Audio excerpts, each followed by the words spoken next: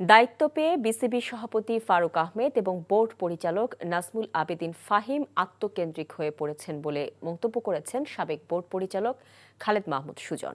দেশের ক্রিকেটের স্বার্থে চলতি বিতর্কে দ্রুত সমাধান চান সাবেক এই অধিনায়ক। সিলেট থেকে রিপোর্ট নিলয় মজুমদারের। বিসিবিতে রদবদলের কয়েক মাসের মাথায় বিতর্কে জড়িয়ে যাচ্ছেন পরিচালকরা। সভাপতি ফারুক আহমেদ ও বোর্ড পরিচালক নাজমুল আবেদীন ফাহিমের মধ্যকার দ্বন্দ্ব প্রকাশ্যে আসার একদিন পর এ নিয়ে মন্তব্য করলেন চলতি বিপিএলে ঢাকা ক্যাপিটালসের প্রধান কোচ খালেদ মাহমুদ সুজন।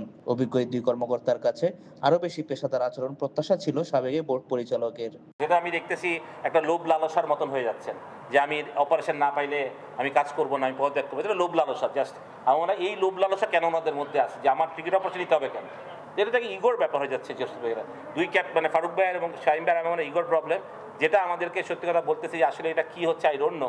যখন ওনাদের এই মনমানসিকতা দেখি তখন খারাপ লাগে যে দুজন সিনিয়র মানুষ যারা অনেক রেসপেক্টেড মানুষ, আমরা যাদেরকে অনেক রেসপেক্ট করি, ফারুক ভাই এবং ফাহিম ভাই বোথ আমাদের রেসপেক্টেড মানুষ এবং ক্রিকেটার, তারা যখন এমনি করে তখন লজ্জিত হয়ে বিং এ ক্রিকেটার, যে আমরা কি আসলে এত গ্রিডি নাকি ক্রিকেটাররা। দায়িত্ব বন্টন ও পালনে ব্যক্তিগত স্বার্থকে প্রাধান্য দিচ্ছেন দুই পরিচালক, এমন মন্তব্য সাবেক এই অধিনায়কের।